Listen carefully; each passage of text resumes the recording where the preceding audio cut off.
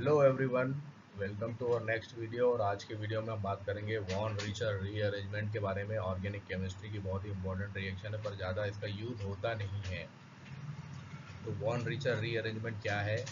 सबसे पहले तो रीअरेंजमेंट क्या होता है इसके बारे में बात करेंगे। ऑर्गेनिक केमिस्ट्री में मेनली 5 टाइप्स की रिएक्शंस होती हैं, जिसमें है एडिशन, सब्स्टिट्यूशन, एलिमिनेशन, रीअरेंजमेंट और रेडॉक्स रिएक्शन।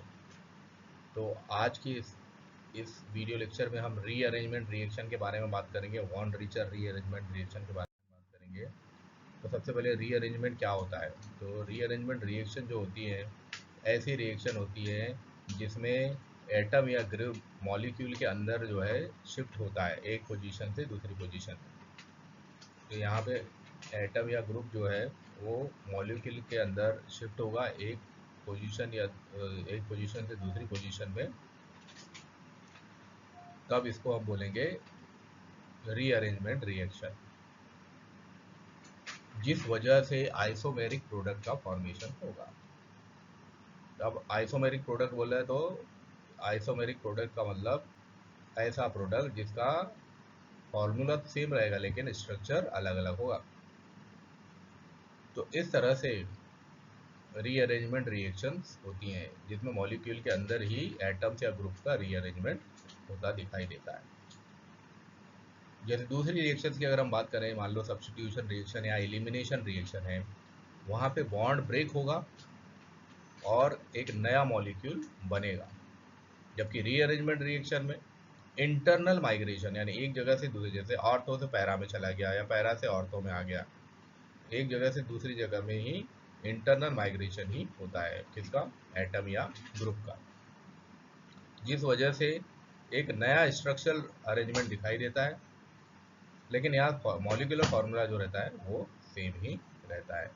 जैसे कि इस मॉलिक्यूल में आप देख सकते हैं, यहाँ पे जो है पेंटेन हमारे पास है, यानी 5 कार्बन हमारे पास है। अब ये 5 कार्बन जब रीअरेंजमेंट करेंगे तो एक रीअरेंजमेंट इस तरह से होगा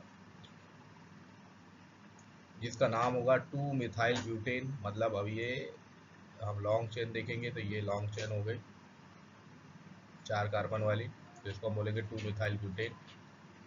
इस वाले रीअरेंजमेंट में हम देखेंगे कि हमको इस बार तो 3 ही कार्बन दिखाई दे रहे हैं चेन में और एक ही कार्बन पे 2 मिथाइल ग्रुप जुड़े हुए हैं। तो अब हम इसको बोलेंगे 2,2 डाई मिथाइल प्रोपेन। तो यहाँ दोनों ही मॉलिक्यूल में क्या हो रहा है, दोनों ही कंपाउंड में क्या हो रहा है कि कार्बन का रीअरेंजमेंट हो गया। कुछ भी बाहर नहीं निकला, कुछ भी अंदर नहीं आया, बस कार्बन का रीअरेंजमेंट हो गया और एक अलग डिफरेंट मॉलिक्यूल बन गया। जबकि मॉलिक्यूलर फार्मूला सेम है उनका, कार्बन उनके पास नंबर ऑफ कार्बन सेम है, पर उनका स्ट्रक्चर है जो वो चेंज हो गया। तो ये कहलाते हैं आइसोमेरिक प्रोडक्ट, और इस तरह की रिएक्शन कहलाती है रीअरेंजमेंट रिएक्शन। तो ये तो हो गया रीअरेंजमेंट रिएक्शन। अब हम चलते, तो वॉन रिचर रीअरेंजमेंट की अगर हम बात करें तो वॉन रिचर रीअरेंजमेंट को अगर डिफाइन करना हो तो हम बोलेंगे ये एक तरह का केमिकल ट्रांसफॉर्मेशन है जहाँ पे कि aromatic nitro compound potassium cyanide के साथ एक्वस इथेनॉल की प्रेजेंस में रिएक्ट करता है और सिने सब्स्टिट्यूशन प्रोडक्ट का फॉर्मेशन करता है, जो कि एक कार्बोक्सिलिक ग्रुप लिए हुए होता है।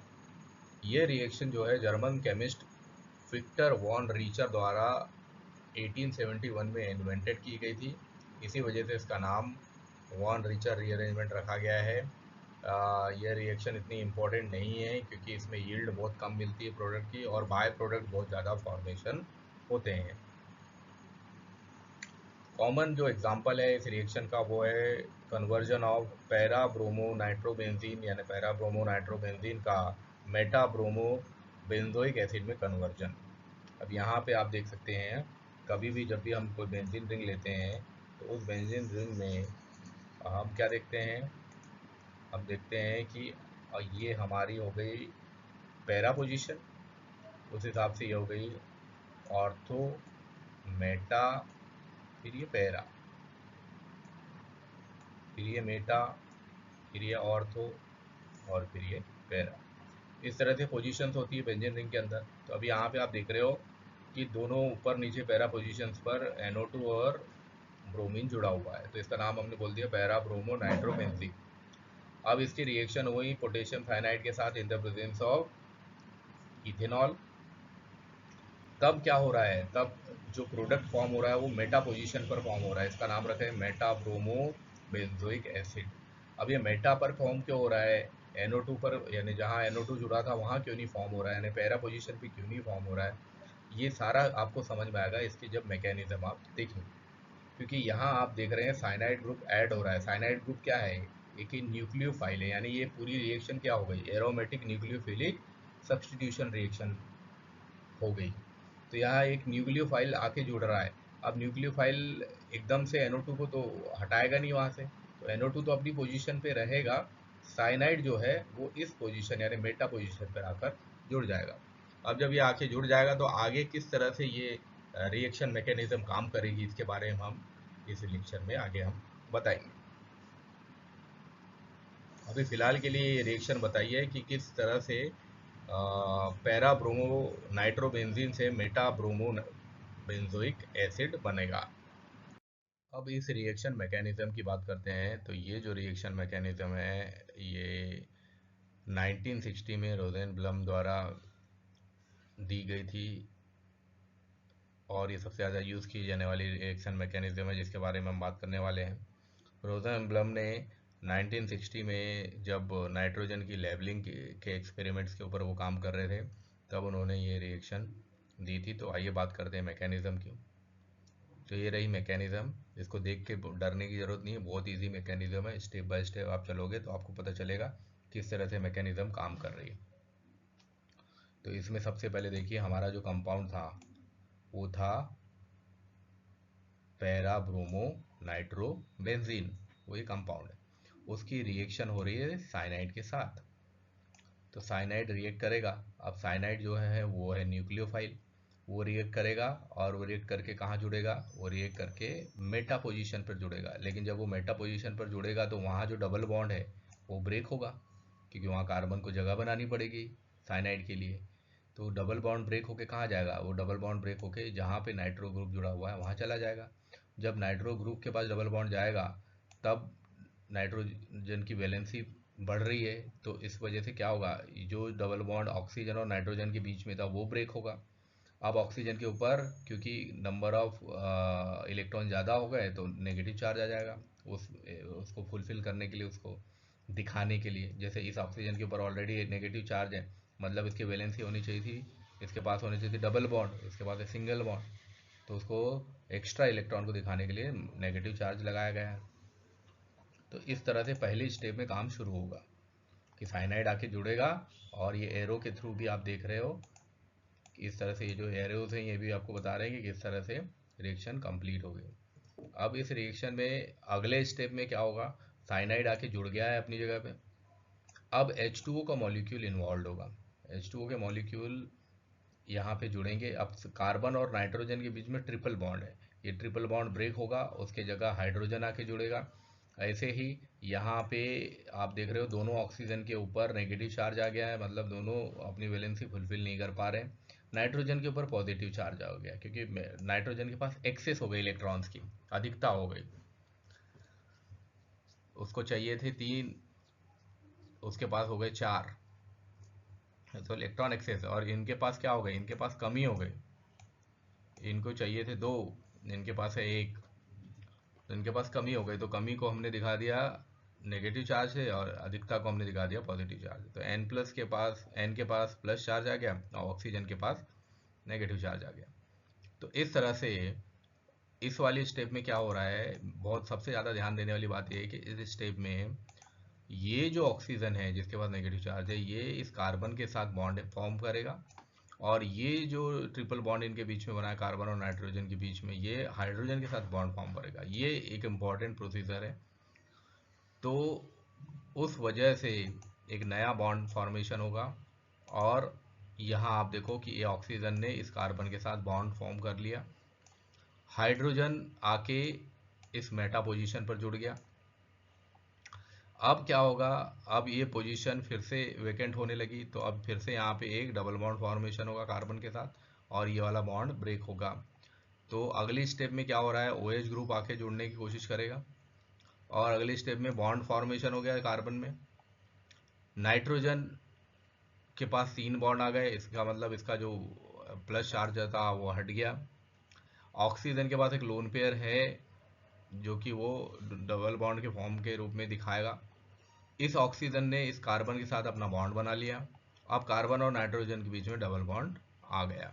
अब नाइट्रोजन और कार्बन के बीच में क्या आ गया, डबल बॉन्ड आ गया। अब अगली स्टेप में क्या हो रहा है, अगली स्टेप में हम देख रहे हैं कि नाइट्रोजन और ऑक्सीजन डबल बॉन्ड बना ले रहे हैं।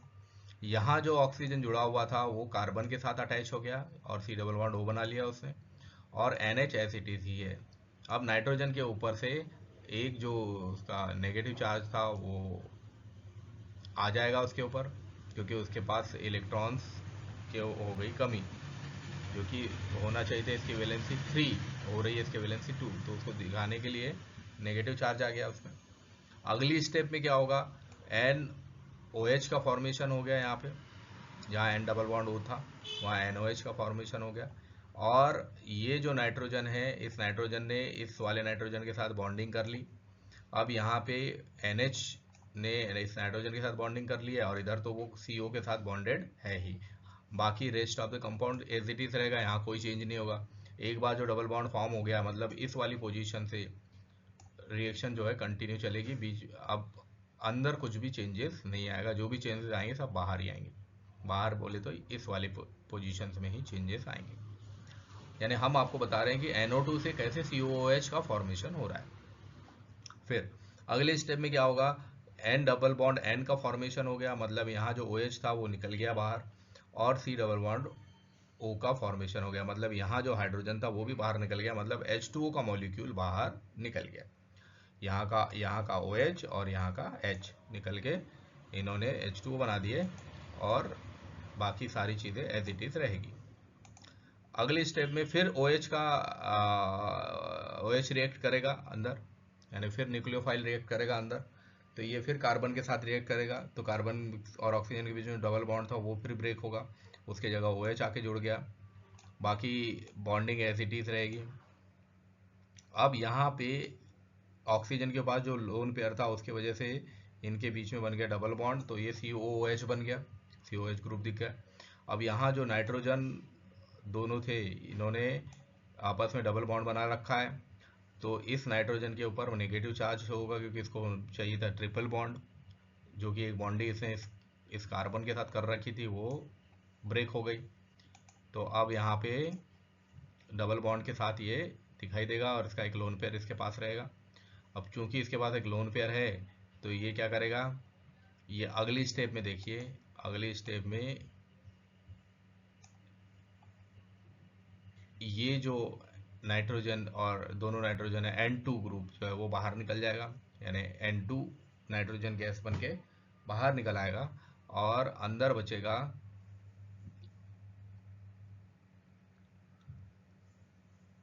COO group. अब इसके लिए इसको हाइड्रोजनेशन करेंगे, H प्लस आयन इसके पास जुड़ेगा तो ये हो गया COOH। यहाँ सिंपली हाइड्रोजन जो होता है कार्बन के साथ वो हाइड्रोजन दिखाई दे रहा है यहाँ पे।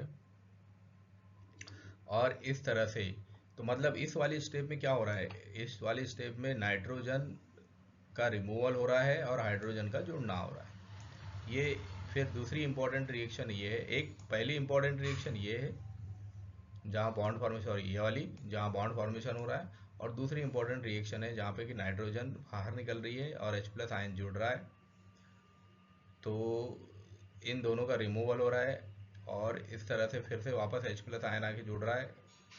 इस वाली पोजीशन में नाइट्रोजन और हाइड्रोजन बाहर निकल रहे हैं और इस वाली पोजीशन में H प्लस आयन वापस आके जुड़ रहा है, तो COH ग्रुप जुड़ रहा है। इस तरह से आप देख रहे हो फाइनली जो हमको रिएक्शन मिल रही है, फाइनली जो रिएक्शन मिली है इसमें मेटा पोजीशन पर COH ग्रुप जुड़ गया है। इस तरह से हम वॉन रीचर रीअरेंजमेंट को समझ सकते हैं। आई होप कि आपको रिएक्शन समझ में आई होगी। अगर समझ में आई है तो वीडियो को लाइक करें, चैनल को सब्सक्राइब करो और कमेंट बॉक्स पे कमेंट करना ना भूलें। Thank you very much.